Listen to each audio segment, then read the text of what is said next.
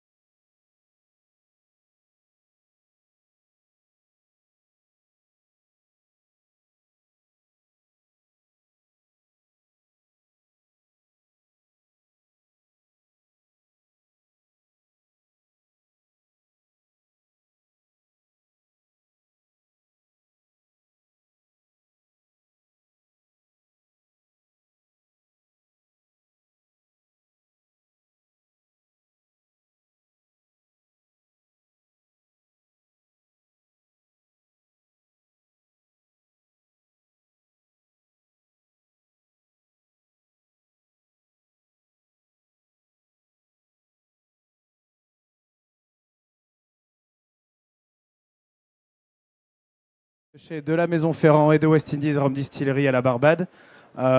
Pour ceux qui le connaissent, il est un petit peu timide, il n'osera pas vous dire qu'il a été élu homme de l'année par l'American Institute Distillers et c'est la première fois qu'une personne reçoit cette récompense et non une distillerie. Donc je vais vous laisser avec lui. Vous allez pouvoir parcourir plein de choses sur les rhums jamaïcains, donc poser des questions, écouter et passer surtout un bon moment. À vous Alexandre. Merci. Merci bien à toutes et tous, merci d'être ici. Effectivement, on va aller en Jamaïque. Vous connaissez tous peut-être la maison Plantation. Vous savez qu'à l'origine, j'ai été formé à Cognac en tant que distillateur et maître de chai. Le temps passe tellement vite, ça fait 30 ans. Ça fait 30 ans, ça paraît être hier, 30 ans cette année. Ma seule découverte, c'est que plus je vieillis, moins je sais de choses, plus je découvre ces océans qui s'ouvrent devant moi, de savoir. J'ai fait plus de 50 partenariats avec d'autres maîtres distillateurs ou maîtres assembleurs. Dernièrement avec nos amis de Tilling, aussi de Kilchoman, etc. Et Aran, avec qui on travaille sur certaines expressions de fût. Et à chaque fois, quand on travaille avec quelqu'un comme cela, on revient chez soi juste un tout petit peu moins bête. Et c'est toujours des moments de plaisir. Je me rappellerai mon partenariat avec Alex Chatko, par exemple, pendant des années, parce que ça fait 10 ans qu'il travaille sur d'autres types de bois que le chêne. Et nous aussi, chez nous, depuis 10 ans. Et en fait, on ne savait pas qu'on faisait ces recherches parallèles. Et quand on se rencontre, ce n'est pas 1 + 1 = 2, c'est 1 + 1 = 10. Parce qu'en fait, on a fait tous des expériences heureuses ou malheureuses qu'on peut partager. Parce que vous savez que je suis et c'est mon équipe à mes côtés, que ce soit à la Barbade et à la Jamaïque, j'adore aller rechercher comme ça dans l'histoire des méthodes fabuleuses du rhum et du cognac. Et d'ailleurs, dès qu'on a 3-4 sous, on a créé une petite fondation qui s'appelle à but non lucratif, qui s'appelle la Fondation Ferrand, et qui est là pour aider et pour rechercher et préserver les techniques anciennes et souvent oubliées du cognac et du rhum. Et là, on en parlera aujourd'hui, mais vous savez que l'acte même de faire le double vieillissement plantation, vous savez qu'elle est en double vieillissement, c'est-à-dire vieilli dans les Caraïbes au départ, distillé bien sûr, etc., produit dans les Caraïbes, vieilli dans les Caraïbes, mis sur un bateau en fût et emmené en Europe et dans ce cas-là à Cognac pour un vieillissement supplémentaire, c'est une des vieilles traditions du rhum, qui ne vient pas s'opposer à cette nouvelle interprétation du rhum qui est en vieillissement 100% Caraïbe, qui est bien aussi, il ne faut pas les opposer. On a l'histoire d'une part et on a quelque chose qui est venu se greffer plus tard. Et ça, il ne faut pas le refuser parce que c'est l'histoire de Rome. Vous savez, j'en sais quelque chose. J'y passe plus d'une semaine par mois à la Barbade ou à la Jamaïque, puisque vous savez peut-être aussi que Plantation a investi. Pour moi, je vois plus ça comme un mariage avec l'équipe de West Indies Rum Distillery, qui est une très vieille distillerie à la Barbade, une équipe fabuleuse. J'apprends tous les jours. Et aussi avec National Rum of Jamaica, où on se retrouve bien modestement partie prenante de Long Pond, distillerie mystique, et s'il en est, et Clarendon, Monymusk, qui est en fait la même chose. La distillerie s'appelle Clarendon. C'était à l'origine Monymusk, une sucrerie.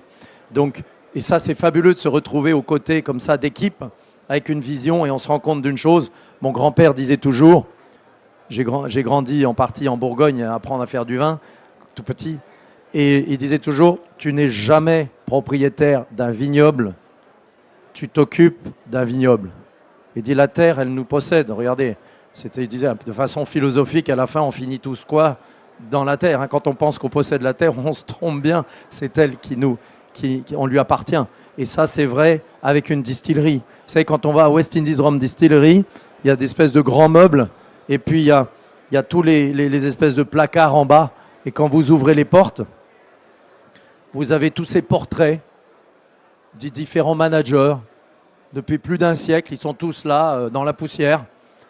Et puis un jour, peut-être, on sera un de ces types-là ou une de ces femmes qui seront là parmi les équipes. Donc ça rend très humble. On oublie que le rhum, c'est bientôt 400 ans d'histoire et de pratique. Et moi, ce qui me fascine le plus, et on va en parler aujourd'hui sur la Jamaïque, c'est finalement en tant qu'acteur et spectateur engagé, en fait, c'est de retrouver comme ça des méthodes un peu folles, qui nous paraissent folles aujourd'hui, mais qui à l'époque avaient tout leur sens. Et là, on va parler d'un assemblage en particulier, on va parler de la Jamaïque en général, mais de mon aventure toute personnelle et bien modeste en Jamaïque.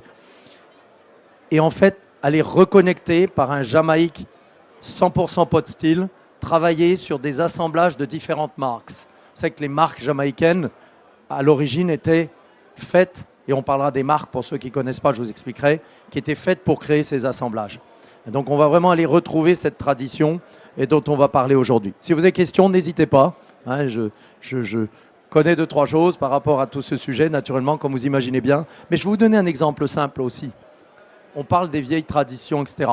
À West Indies Rum Distillery, mon grand-père aussi disait, je fais beaucoup référence à lui, c'est un modèle pour moi, les gens sont toujours, les techniciens, il dit, fais attention, les techniciens sont toujours enfermés dans leur tradition de leurs 20 dernières années. Et c'est vrai.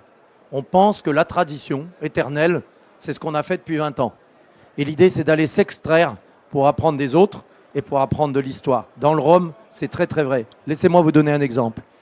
À West Indies Rum Distillery, à la Barbade, il y a une pièce qui s'appelle The Vault, qui est une petite pièce qui fait grosso modo le coin ici, avec une grosse porte forte. Et pendant des années, je passe à West Indies. Avant, on n'était pas propriétaire, mais c'était notre fournisseur clé pour l'île de la Barbade, où il y a un vieil alambic du 19e qui produit toujours le rhum alambic qui va dans nos blends de la 1850. Il a été construit de plantation.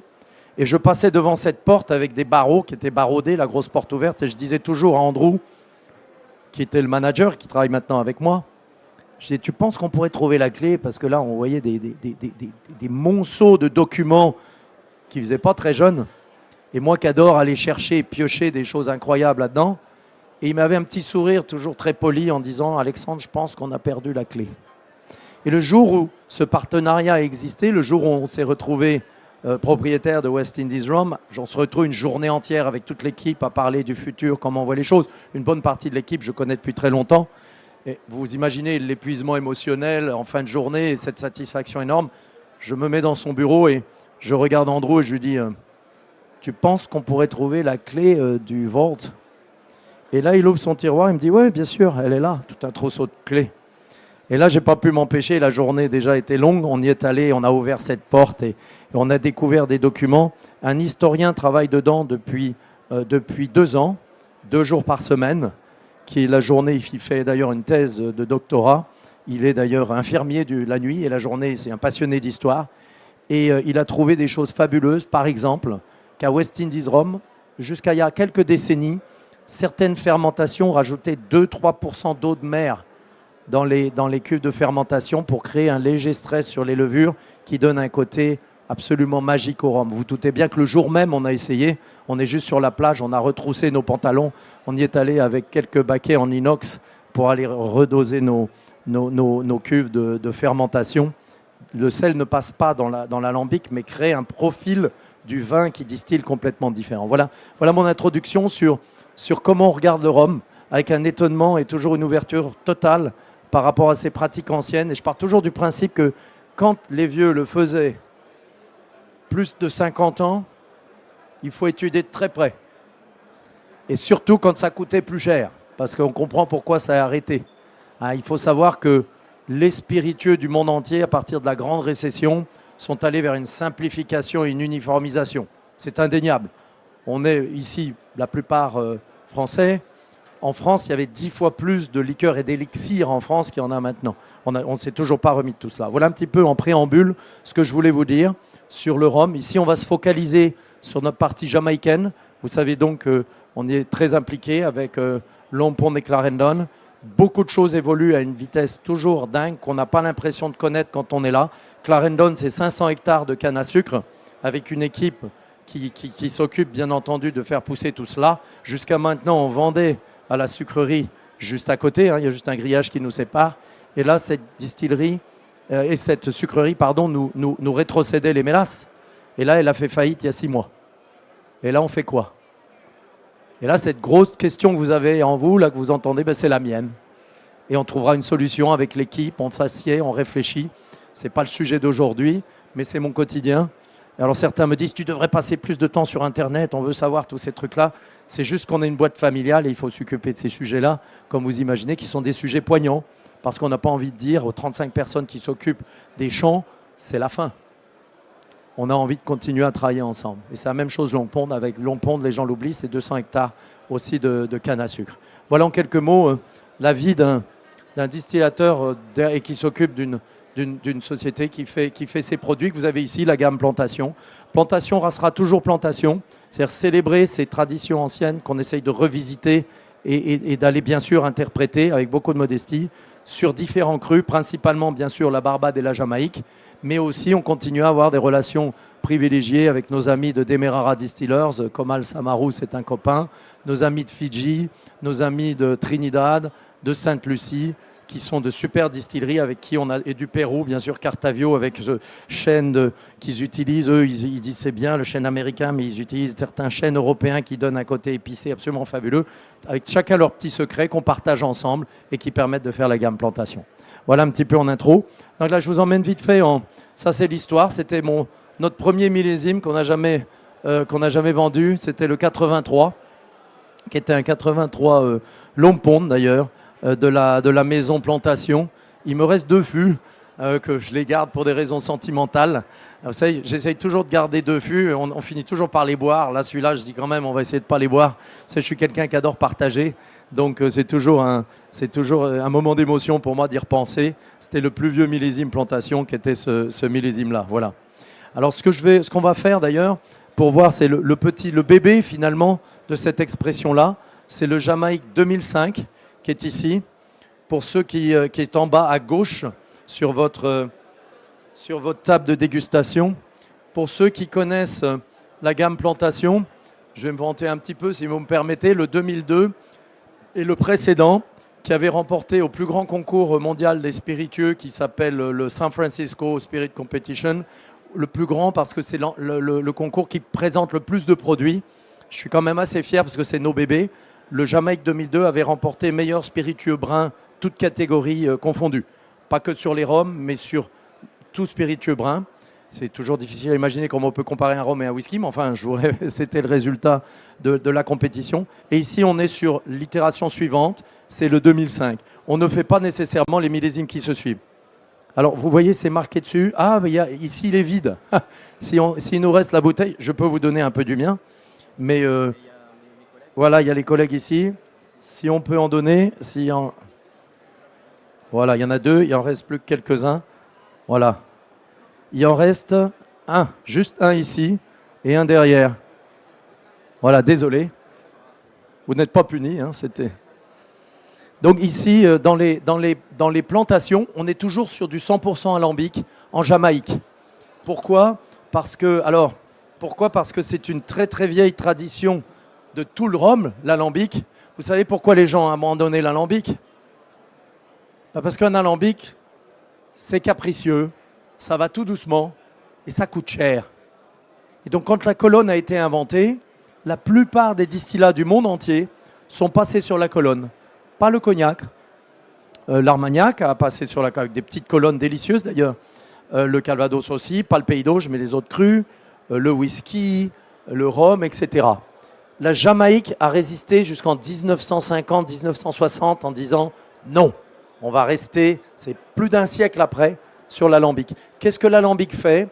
L'alambic permet une sélection plus précise entre les têtes, les queues, et permet d'extraire des quantités gustatives importantes de façon, encore une fois, très précise. La colonne est bien pour des distillats plus légers, souvent, hein, c'est plus floraux, etc. Par contre, quand on va dans le poids, sur la colonne, après, il faut vieillir longtemps, parce qu'on seconde légèrement.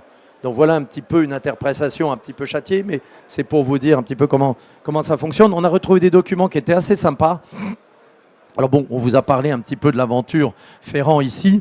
D'ailleurs, un petit document historique que je trouve amusant. En France, la Jamaïque au 19e siècle était le chouchou des Français et d'ailleurs des Allemands aussi. Le gouvernement allemand s'en est même en a pris ombrage et avait mis des taxes sur les rhums jamaïcains qui étaient de 300%. Et on voit les listes de prix, vous voyez, sur les origines. Vous regardez tous les rhums disponibles. Et la Jamaïque ici était le plus cher. C'est une vieille liste de prix, je ne sais plus quelle année, mais début 20e, pardon. On voit la Jamaïque toujours sur des prix les plus importants. C'était le cru recherché et toujours important. Il y avait un monsieur très important du rhum de la Jamaïque qui s'appelait J.C. Nolan, qui était un type représentant au début du XXe siècle, envoyé par le gouvernement jamaïcain pour défendre la Jamaïque en Europe. C'est un type qui n'était pas dans le compromis du tout et qui disait toujours, j'aimais beaucoup, et qui avait en réalité des arguments durs. Il disait la distillation en alambic est une caractéristique du rhum jamaïcain. Un vrai rhum jamaïcain ne doit jamais être coupé ou assemblé avec un spiritueux neutre. Pour lui, un rhum en colonne, c'était un spiritueux. On n'est pas obligé d'être d'accord, hein, mais ce type était un ultra avec un spiritueux neutre. Lui disait, pour lui, un rhum distillé en colonne, c'était un silent spirit. C'est un spiritueux qui cause pas, qui est silencieux. Je trouve que c'est assez poétique. Et lui disait, voilà, pour moi, la tradition du rhum, c'est un rhum en réalité d'origine. Si vous êtes vraiment geek et vous voulez aller jusqu'au bout, il y a un livre qui est gratuit sur Internet. Il fait 800 pages, bon, mais c'est les interviews de tous les grands producteurs de spiritueux par une commission spéciale en Grande-Bretagne qui cherche à définir le whisky EY, puisque irlandais à l'époque aussi et écossais, et qui interviewe tous ces grands producteurs. Vous avez James Hennessy qui vous parle, vous avez Monsieur Gilbeyes qui faisait un peu de gin à l'époque, vous avez Monsieur Walker qui était Johnny, qui vous parle comme ça de ses produits. Et en Jamaïque, on a ce monsieur qui est moins connu du grand public, mais qui est une espèce d'ultra comme ça, qui vous donne sa vision du rhum jamaïcain. Et pourquoi je vous en parle ? Parce que c'est une inspiration pour nous. Alors Jamaïque, c'est quoi dans l'histoire ? C'est comme toutes les îles, beaucoup de distilleries à l'origine, puisque chaque petite sucrerie avait sa distillerie. Vous savez que le rhum est né dans une sucrerie. Et vous voyez que depuis la Révolution française, grosso modo, à nos jours, là, on n'a pas mis le dernier, mais en date d'aujourd'hui, il y a combien de distilleries à la Jamaïque maintenant ? 6, bravo. Il y en a 6. Et là, vous voyez une distillerie dont On est d'ailleurs un des copropriétaires, qui est une distillerie, une grande oubliée, Innswood. Innswood, qui est une distillerie silencieuse, qui en réalité ne produit plus, cette distillerie-là. Et malheureusement, je ne pense pas qu'on pourra la réparer. La colonne n'est plus en fonctionnement, l'alambic a disparu. Et donc, c'est une vieille distillerie dont on se sert encore. Vous voyez les fûts, on s'en sert encore pour vieillir. C'est un chai de vieillissement. Donc ça, vous voyez, la distillerie, la Jamaïque est de retour à finalement 6 distilleries maintenant. Le style jamaïcain, alors ça, c'est une question qui pourrait nous faire parler pendant des années. En tout cas, je vais vous le dire très modestement, tel que moi je l'entends. On a vu ces écrits très ancestraux sur la définition. La Jamaïque a toujours cherché une intensité gustative. Ça a été toujours la caractéristique. Et c'est tellement une seconde nature qu'elle a même inventé des méthodes pour booster la quantité gustative. Assez récemment, vous connaissez ce que c'est le mock pit, le principe du mock pit, où je peux vous en parler. C'est une création assez récente, 1871. En réalité, les Jamaïcains ont compris que pour créer, sentez à nouveau ce 2005, qu'est-ce qu'on sent ensemble? Moi, je n'ai pas besoin de le goûter, je le connais par cœur, puis c'est un de mes bébés. Est-ce que vous êtes d'accord avec moi qu'on a ce côté banane très mûre, qu'on a ce côté ananas frais, qu'on a ce côté mangue un peu séché, un peu abricot, qu'on a ce côté un peu animalier aussi sur les bords? Ça, ce goût-là, ça n'arrive pas tout de suite par magie. Ça arrive par des fermentations très longues.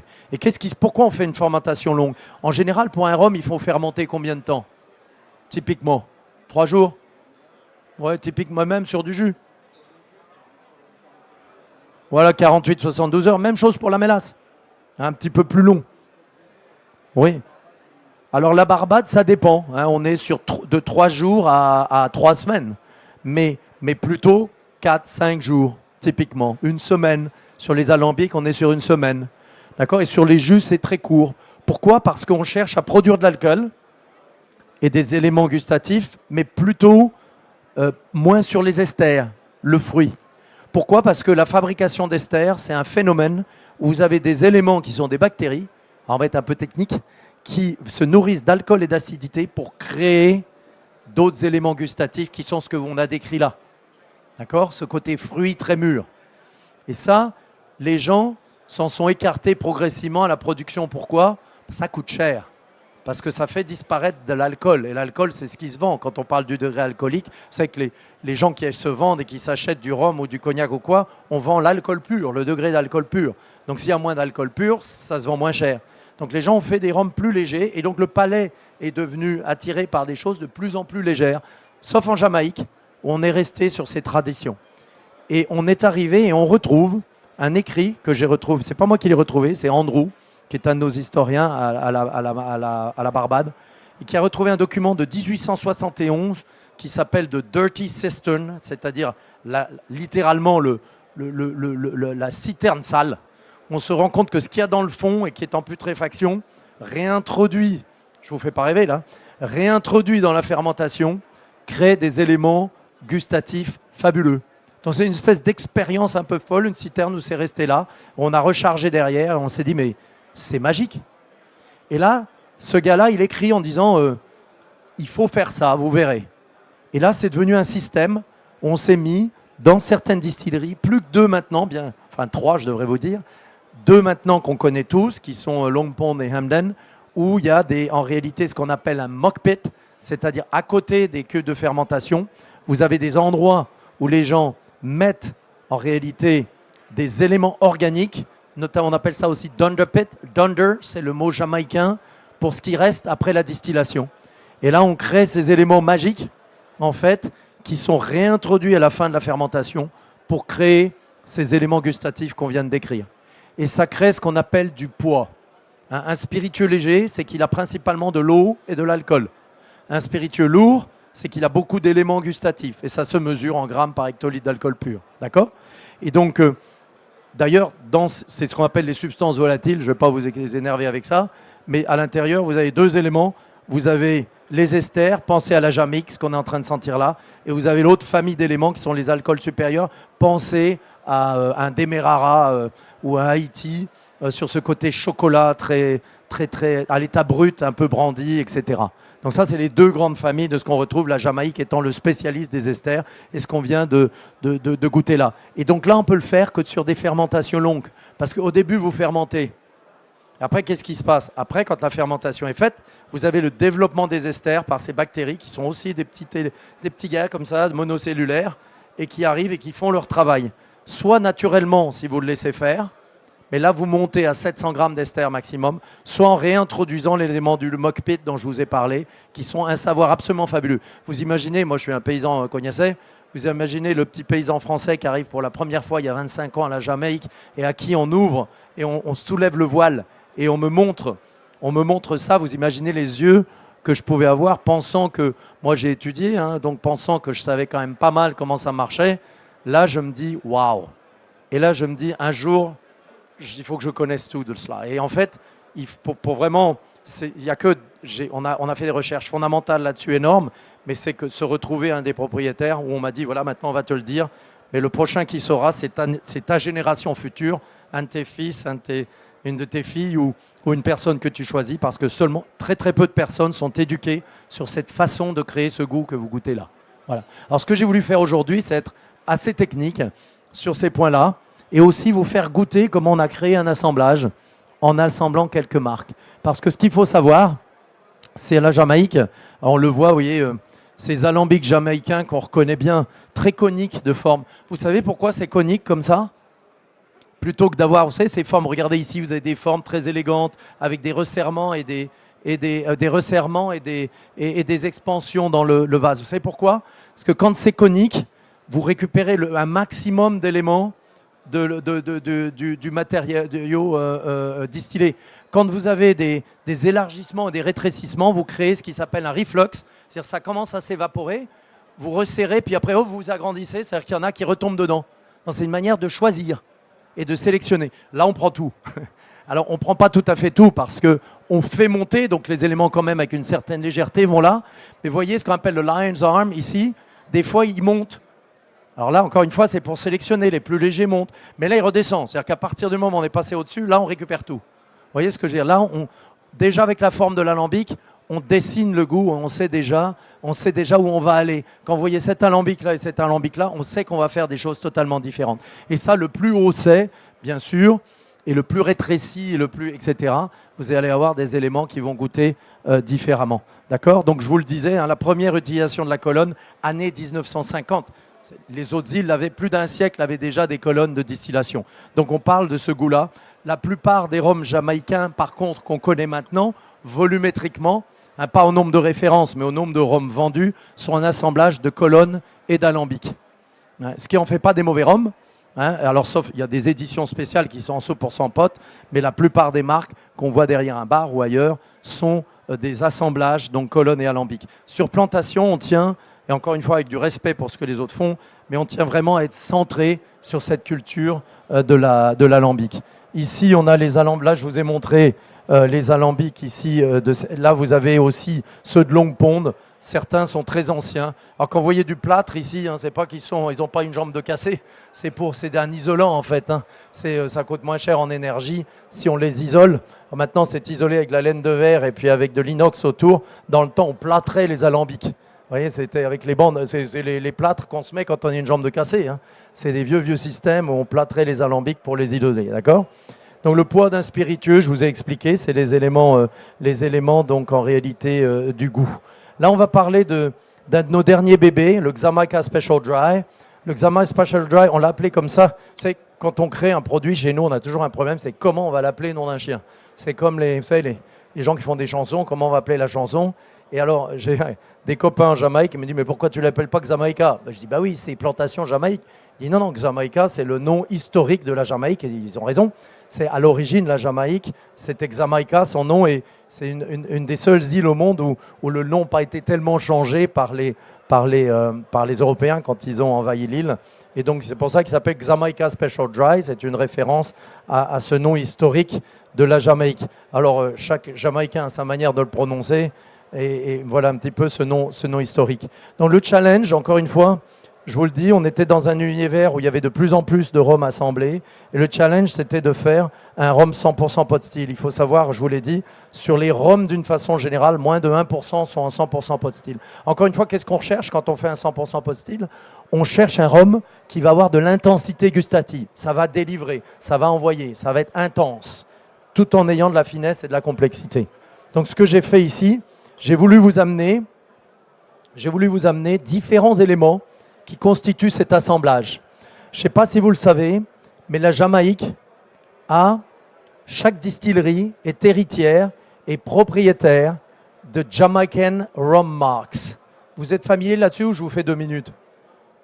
En réalité, une distillerie va avoir une recette de fermentation et de distillation qui va avoir une initiale ou plusieurs initiales. Vous voyez ici, EMB, MLC. Dans le temps, vous savez ce que ça voulait dire. Maintenant, des fois, on a oublié. Des fois, on dit, mais tiens, alors on arrive à redeviner. Il y en a une très connue de Long Pond, c'est VRW. On sait qu'ils avaient acheté il y a très longtemps une distillerie qui s'appelait Vale Royal.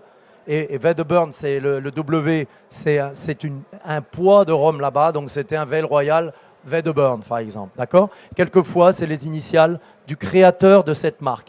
Une marque. Si vous et moi, on va à la Jamaïque, on ne va pas dire, tiens, aujourd'hui, on va faire notre marque. Non, non, c'est un travail de longue haleine. Vous créez un rhum, un composé particulier du rhum qui va être enregistré auprès du gouvernement. La branche du gouvernement qui s'en occupe s'appelle le Spirit Pool. Avec quelqu'un, ils vont décider, est-ce que ça mérite d'être enregistré? Et après, ça devient une marque enregistrée. Et après, vous pouvez, ça ne se vend pas à part entière, ça vient avec la distillerie toujours. Donc, quand vous achetez une distillerie, vous arrivez avec une liste de marques qui sont l'héritage de beaucoup de rachats comme ça, de gens entre eux. Et là, Long Pond, qui est une très vieille distillerie, a toute une liste de marques, certaines qu'on exploite encore et certaines qu'on n'exploite pas. Et quand vous retrouvez partenaire, on vous explique cette marque. Voilà, c'est une recette très particulière. Pourquoi des marques comme ça? Parce que dans le temps, le rhum de la Jamaïque était un assemblage savant de différentes marques. Et ces marques, ces rum marks, ça s'appelle, était comme un peintre avec ses couleurs. Vous voyez ce que je veux dire? Et alors maintenant, on a certains bottlers, certains embouteilleurs qui vous vendent une marque seule. C'est intéressant aussi, c'est un côté sympa de dire, tiens, ce composé, il est comme ça. Et ces marques ont différents poids. Hein, les poids, c'est les esters et les substances volatiles. Vous voyez? Et ça vous donne le poids de la marque, typiquement. Le poids, c'est des grammes par hectolitre. C'est quoi le poids? Quand je bois, c'est la quantité du goût qui est délivré en bouche. Vous me dites si je ne suis pas clair, parce que là, j'ai vraiment voulu vous faire un séminaire hyper technique, donc ça m'amuse beaucoup d'aller comme ça, vous amener derrière le rideau et vous dire c'est quoi le travail de distillation et d'assemblage sur ce rhum dont on est très fier, qui s'appelle Jamaica Special Dry. On a voulu aller puiser dans cette culture d'un rhum intense et élégant. Parce que si on prend une marque très lourde, type STCE, Long Pond ou DOK, Hamden, on est sur des marques qui en général ne sont jamais bues seules. C'est des ingrédients. Alors c'est un côté fun de les boire seuls. Vous savez, comme on est jeune, j'ai un fils qui a 22 ans et qui est rentré à 8h du matin ce matin, où j'étais un peu en pétard. Et les jeunes, ils vont comme ça, ils vont à un concert, ils se montent devant le haut-parleur, ça secoue, on est là, on est content, ça fait des vibrations, mais on ne peut pas faire ça tous les jours, quoi. Je veux dire, après on a pas du mal aux oreilles. C'est un peu ça, si vous voulez. Si vous allez sur des intensités très fortes du gustative, il faut y aller doucement parce que c'est des ingrédients. C'était jamais fait pour être bu à part entière. Vous savez qui sont nos gros clients à Long Pond? Je ne peux pas vous dire les noms, mais c'est des sociétés qui font quoi? De la pâtisserie, du parfum à Grasse, des cigares. C'est parce qu'ils adorent ce côté très rhum des intensités et aussi d'autres sociétés de rhum qui veulent redonner cet élément de rhum dans le rhum en réalité, puisque vous avez cet élément particulier qui fait ce goût-là. Vous savez, je ne sais pas s'il y a des Allemands dans la place, mais s'il y a des Allemands, vous connaissez peut-être un produit qui s'appelle le Rhum-Verschnitt. Alors, je ne parle pas l'allemand, donc j'ai certainement insulté dans ma prononciation nos amis allemands. Ce qui se passe, c'est que en fait, les Allemands, quand vous avez eu les taxes qui étaient énormes, qui ont été imposées sur le rhum de la Jamaïque, le peuple allemand voulait toujours ce goût-là. Ils se sont dit comment on peut faire un concentré de rhum qu'on va pouvoir allonger avec de l'alcool neutre de betterave pour avoir ce goût de rhum. Et donc le Rhum-Verschnitt de nos jours, c'est toujours un alcool de betterave avec des high esters, acheté à 2 distilleries dans le monde. Hein, c'est une vieille, c'était pour contourner, c'est un peu le lait en poudre, si vous voulez, du rhum, en fait, hein, puisque la base est une base de betterave, en réalité. C'était parce que les gens voulaient ce goût-là. Et c'est pour ça que vous savez que la plupart, à Long Pond, on a des recettes où on peut faire 5000 grammes par hectolitre. Je ne sais pas si vous voyez. La plupart des rhums sont à 50 grammes. La loi américaine impose un minimum de 8 grammes. À la Jamaïque, à Long Pond, on sait faire 5000 grammes. Et c'est illégal d'exporter à plus de 1600 grammes parce que c'est considéré secret défense. C'est vraiment le gouvernement vous dire, vous n'exportez rien et c'est du pénal. Hein. Vous ne pouvez pas exporter un rhum à plus de 1600 grammes. Mais à Long Pond, on sait faire du 5000 grammes. Si vous imaginez la concentration, c'est 5 kilos d'éléments gustatifs par hectolitre. C'est juste incroyable quand on y pense. Imbuvable à l'état pur, hein. C'est d'une concentration déjà 1600, vous en avez certainement bu, ceux qui sont passés chez nous à Cognac, on en a en fût qui vieillissent à 1600, c'est déjà incroyable. Donc voilà un petit peu. Donc ici, on a un assemblage qui est assez complexe, avec des choses plus vieilles, vous verrez plus tard, qui sont, on va goûter le EMB, qui est en 1 semaine de fermentation, d'accord, qui n'utilise pas le mock.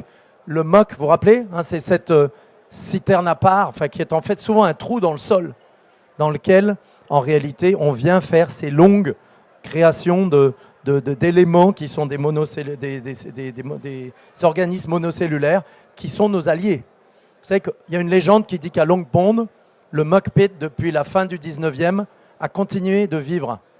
Et Long Pond a été fermé. Vous savez qu'on a eu un feu à Long Pond, pour ceux qui connaissent bien, en 2017. Mais le muck pit n'a pas brûlé. Et ça, c'est l'épine dorsale. C'est que Long Pond en était fermé, avant que nous on rachète, c'était fermé Long Pond. On l'a réouvert et il y avait un vieux monsieur qui en permanence nourrissait tous les jours, tous les 2 jours, cette culture pour pouvoir garder cette signature. Et ça, c'est magique. La première fois que j'étais à la Nouvelle-Orléans, quand il y a eu le feu, Winston m'appelle et me dit « On a un feu à Long Pond ». Et il me dit « On a un petit feu, Alexandre. Distillerie, petit feu, c'est pas possible. » Je dis, il y a combien de pompiers, Winston? Il me dit, 30. Je dis, ouais, il n'est pas si petit que ça, à mon avis. Il me dit, non. Et il me dit, mais je dis, est-ce qu'on protège les alambics et le muck pit? Et il m'a dit, oui, absolument. Et il est resté intact. Et alors, on a perdu les cuves de fermentation qu'on reconstruit à l'identique. Des moments très forts, hein, quand vous retrouvez. Certaines dataient du XVIIIe siècle. Hein, et alors que, normalement, dans une distillerie normale, de la taille de plantation, il faut 8 cuves en bois de fermentation qui font le coin de cette pièce. Il nous en faut 50. Pourquoi? Parce que quand on fermente longtemps, forcément, ça prend du temps. C'est pour ça que les gens ils se disent, ça suffit.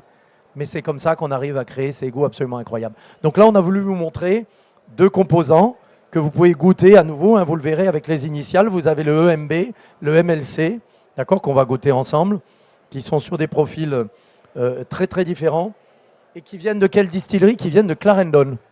Alors Clarendon utilise les longues fermentations, mais pas les mock. D'accord? Donc vous ne pouvez pas monter à plus de 700, ce qui est déjà énorme, hein, mais c'est ce que vous pouvez faire sans mock pit, c'est-à-dire sans introduire ces éléments supplémentaires qui vont transformer et qui vont créer ces goûts particuliers. Là, vous goûtez, alors là, c'est des choses hein, qu'on a à plein degré, attention, hein, là on est dans la composante. Là, je vous fais faire un travail d'assistant maître de chai. Hein. Je vous montre les différents éléments qui permettent de voir qu'est-ce qui se cache dans ce rhum. On va comparer après avec le MLC, qui est en fermentation plus longue, donc plus d'intensité forcément, et qui vient aussi de Clarendon. Vous sentez qu'ici on est sur un profil gustatif complètement différent, un léger élément colle scotch, je ne sais pas si vous êtes d'accord, alors je ne suis pas très bon vendeur quand je vous dis ça, mais à l'état pur. Pourquoi? Parce qu'il y a certains esters, il y en a un qui s'appelle l'acétate d'éthyle. Quand il est à cette concentration-là, on le sent différemment sur sa concentration. Mais quand il est redilué, il sent justement le fruit très mûr. D'accord? Et là, je vais vous montrer d'autres petits secrets sur ce rhum. Là, on est vraiment en train de le décomposer. Ici, on a d'autres. Vous voyez, c'est un côté absolument fou. Mais vous comprenez pourquoi ces marques sont des ingrédients d'assemblage. Et c'est pour ça que la Jamaïque, c'est fabuleux. Moi, une formation de maître de chai, vous imaginez, vous retrouvez, on assemble des fûts de cognac de différents millésimes, mais là, vous vous retrouvez avec ces couleurs, mais fabuleuses. C'est pour ça que j'ai un malin plaisir à vous prendre par la main et vous dire, voilà, venez, mettez-vous à ma place. Vous avez ces éléments-là. Vous imaginez qu'on a une palette énorme puisqu'on se retrouve impliqué à Long Pond et à Clarendon pour pouvoir choisir des éléments pour faire un assemblage qui soit à la fois musclé, intense, mais élégant. Hein, parce que si on prend, vous regardez par exemple un STCE, ou vous prenez par exemple l'ITP, ou même un VRW ici, à l'état pur, c'est vachement bien. Mais est-ce que c'est complètement équilibré? Non, on a une intensité énorme. Goûtez-les, vous allez voir. Hein, le VRW d'ailleurs, qui est notre Vale Royal Wedderburn, on pense. On est toujours en train de se demander c'est quoi le STCE. Le STCE, le petit chapeau, c'est un cœur en réalité. Au 18e, c'était un cœur. Donc il devait bien s'amuser à créer des marques parce que vous avez des cœurs, vous avez des étoiles, des as de pique. C'est des références, c'est l'équivalent de nos références de nos jours, mais très poétique à chaque fois. Je collectionne les marques oubliées, j'en ai une liste de 350 et on essaie de les rattacher à différentes distilleries qui ont disparu et j'essaie de voir avec le gouvernement en disant est-ce qu'on a les recettes, est-ce qu'on les a, etc. Et le gouvernement, et c'est pourtant un copain qui est à la tête de cette organisation, c'est Secret Défense. Ça n'existe plus, mais ça n'existera plus jamais. Ce qui est tout à fait contraire à ma vision de voir les choses. C'est qu'au contraire, il faut aller chercher du savoir dans ces techniques assez folles. D'accord? Donc là, on voit d'ailleurs, ça c'est la distillerie de Long Pond. Vous reconnaissez le bébé ici qui est plâtré. Ici, on en a un qui a été construit plus récemment, qui a été construit par un type qui s'appelle David Pym, qui est un très très très vieux monsieur maintenant. On reconnaît ses alambics, puis ils sont très angulaires. Et donc c'est le plus récent de Long Pond. Les plus anciens ont plus d'un siècle. Donc vous voyez un petit peu les principes. Ici, on dit un Long Pond léger parce que 300 grammes, c'est léger pour la Jamaïque, alors que pour un autre homme, c'est très, très, très, très, très lourd. D'accord? Donc, toutes ces choses-là, bien sûr, sont mesurées, mais vous voyez, on parle comme ça de grammes et puis on se dit, alors finalement, la science va tout expliquer. Eh bien non. On a en réalité les éléments gustatifs, vous savez, l'outil le plus précis au monde, mais 5 fois plus précis qu'une chromatographie en phase gazeuse. Vous savez ce que c'est? Vous en avez tous un, au milieu de la figure. C'est le nez. C'est pour ça que ce que je vous dis là, c'est une manière de deviner des choses. Mais pourquoi je le fais avec vous aujourd'hui? C'est que je veux qu'on goûte ensemble ces éléments. Et puis après, on va goûter l'assemblage qui a été fait avec ces différentes eaux de vie pour créer ce Jamaica Special Dry, qui est un cognac, qui est un rhum qui se veut être la célébration du rhum au 19e siècle, où on travaillait sur ces assemblages très complexes avec des marques comme ça complètement extrêmes. Et c'est pour ça que ça m'amuse de vous amener comme ça derrière le rideau pour que vous voyez un petit peu comment ces éléments sont construits. Vous avez des questions jusqu'à maintenant sur... Ça vous amuse peut-être de savoir si les autres îles ont déjà eu ces traditions? Oui. Et la Grenade de façon certaine. La Barbade, on le pense. Pardon, alors River-Antoine, c'est une très bonne remarque. River-Antoine ne travaille pas sur la technique du mock pit, mais travaille sur des fermentations assez longues. Tu l'as visité, non, tu vois? Voilà, il fallait en janvier. River-Antoine a des... alors eux, ils fermentent en béton, en cuve béton, qui date des années 50, d'accord? Mais par contre, ils ne les nettoient pas. Ce qui est pour le coup une bonne chose. Pourquoi? Alors River-Antoine, c'est un retour en arrière. C'est une super visite à faire. Et je connais bien sûr, la distillerie. Et en réalité, quand on ne nettoie pas, ce qui se passe... Alors, idéalement, c'est mieux de prendre des cuves en bois qu'on nettoie. Mais les cuves en béton, si on ne nettoie pas, qu'est-ce qui se passe? C'est que sur une espèce de gravelle qui se met sur le bord, vous stockez justement certaines de ces bactéries. Alors, pas toujours celles que vous voulez, mais vous créez ces éléments qui vont créer justement certains esters. Dans ce cas-là, d'une façon laissée au hasard, si vous voulez. Alors que quand vous utilisez des cuves en bois, des cuviers en bois, pourquoi pas de l'inox? Parce que dans le bois se logent ces levures autochtones. Dans ces cuves en bois se logent ces bactéries autochtones. Et dans le mock pit aussi à l'extérieur. Donc eux ne travaillent pas avec le mucking à côté, mais ils travaillent sur des distillations assez longues. D'accord? C'est une bonne remarque. Et donc on n'a pas pu s'empêcher à la Barbade de rechercher certaines choses et de travailler à nouveau sur des fermentations en bois, ce qui était le cas de West Indies Rum Distilleries dans les années jusqu'aux années 1980. Ah oui, un 86 West Indies Rum Distillery. Bah oui, ils sont magiques. Et alors, tu vois, le 86 que tu as goûté de West Indies Rum Distillery, il était fermenté en cuve bois avec un tout petit peu d'eau de mer dedans. Je sais pas si tu as vu, tu avais un côté légèrement un peu, on dit briny. Oui, c'est des choses très particulières. Oui, tout à fait. La fermentation était d'une semaine. On a toujours, on a des gens, on a Digger Anderson, qui est un vieux monsieur, qui est là depuis 42 ans. Donc, il nous explique tout ça. On a Don Ben, qui est là depuis 22 ans aussi. Mais Digger, j'ai peur qu'il prenne sa retraite. À chaque fois, je vais le voir. Mais il fait 20 ans de moins, de toute façon, je lui dis. Hein. Et vous savez, une petite parenthèse sur West Indies Rum Distillery.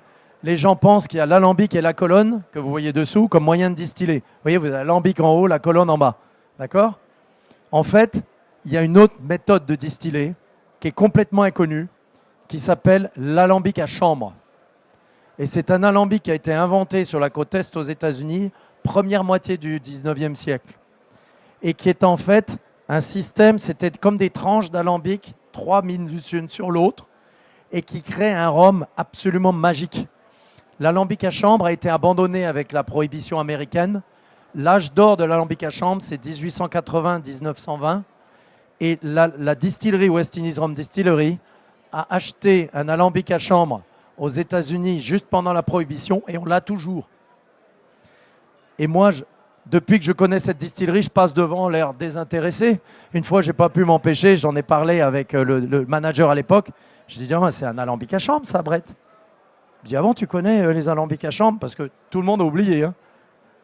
Pour moi, c'est comme si, la première fois que je l'ai vu, c'est comme s'il y avait un tyrannosaure qui passait devant la fenêtre. Enfin, je veux dire, l'étonnement était tel. J'avais étudié l'alambic à chambre, mais pour moi, c'était un silex taillé. Et en réalité, première chose qu'on a fait quand on s'est retrouvé en partenariat avec West Indies Rum Distillery, j'ai dit, on répare l'alambic à chambre. On a testé, il était suffisamment épais. Digger Anderson m'a sorti son matériel pour l'utiliser, tout rouillé d'ailleurs, qu'on a dû décaper. Et on a distillé à nouveau. La dernière fois qu'il a distillé, c'était en 2000. Il a fait beaucoup de Navy Rum. Donc, un 86 utilisait certainement aussi l'alambic à chambre. Oui, quand tu es passé, l'alambic à chambre tournait.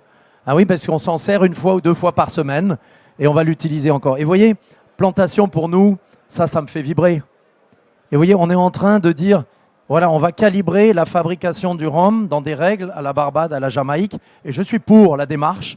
Par contre, faisons attention dans ce qu'on met dans les règles. Parce que si on dit, ah, l'alambic, rhum de la Barbade, distillé en alambic ou en colonne, on dit, excusez-nous de ne pas être d'accord, mais alambic à chambre aussi qu'il faut inclure. Après, on nous dit, on utilise de l'eau de la nappe phréatique. On dit, ah, excusez-nous, on voudrait aussi que l'eau de mer puisse être utilisée à partir du moment où elle est de la Barbade.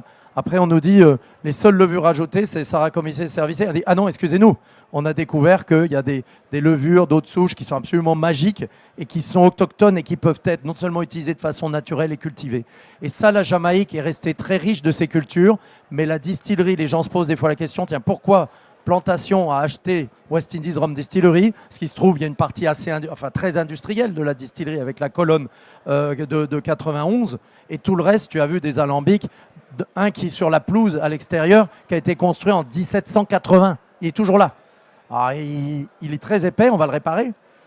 Et vous imaginez une pièce remplie de documents où on découvre toutes ces choses-là.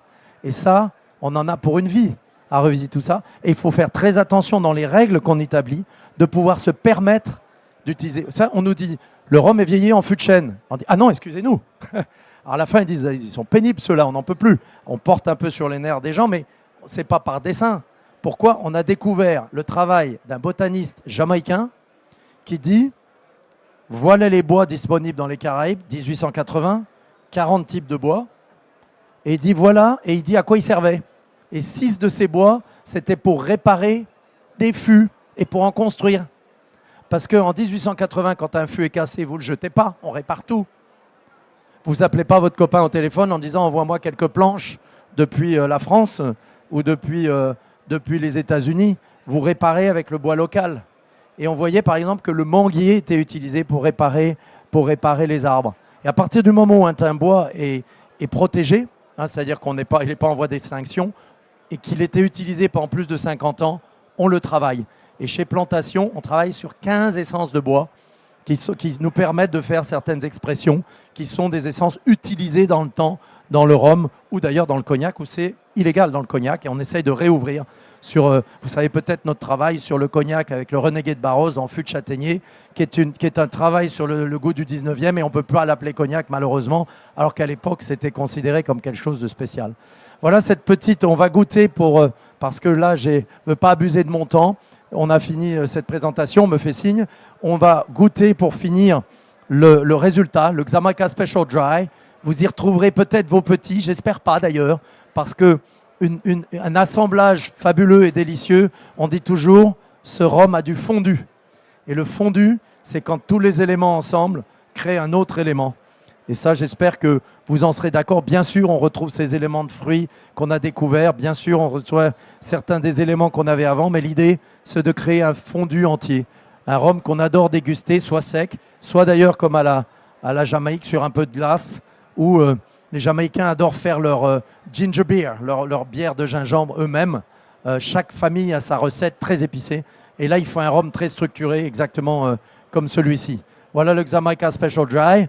Voilà cette petite incursion derrière le rideau chez un distillateur et un assembleur de la Jamaïque avec et puis cette petite, et grâce à toi, petite incartade à la Barbade. Il faut savoir que nos 3 opérations qui sont Cognac, Barbade et Jamaïque, les équipes tournent en permanence.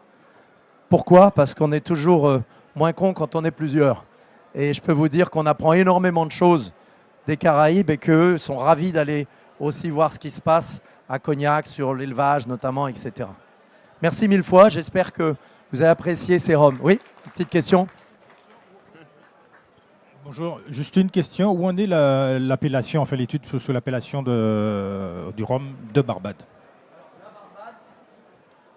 Très rapidement, la Barbade, vous avez peut-être vu, on n'est pas d'accord, tous.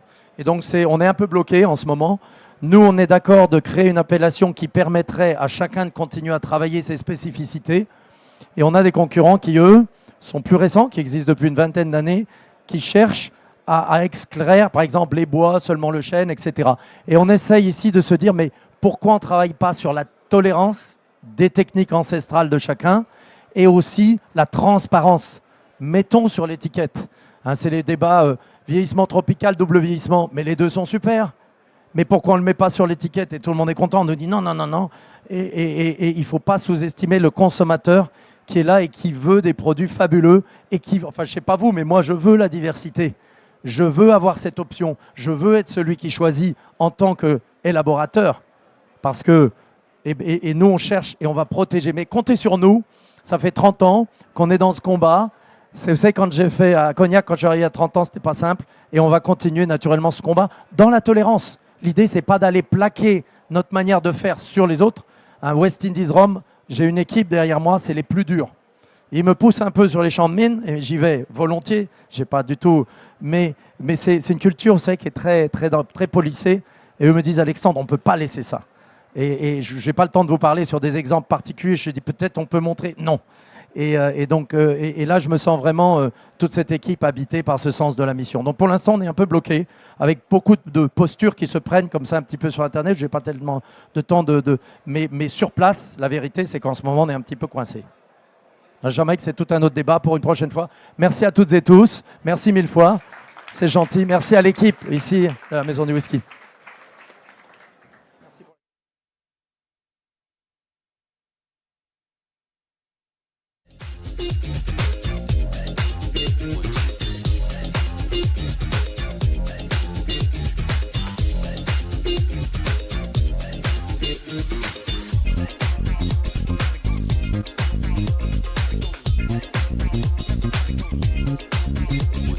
Merci.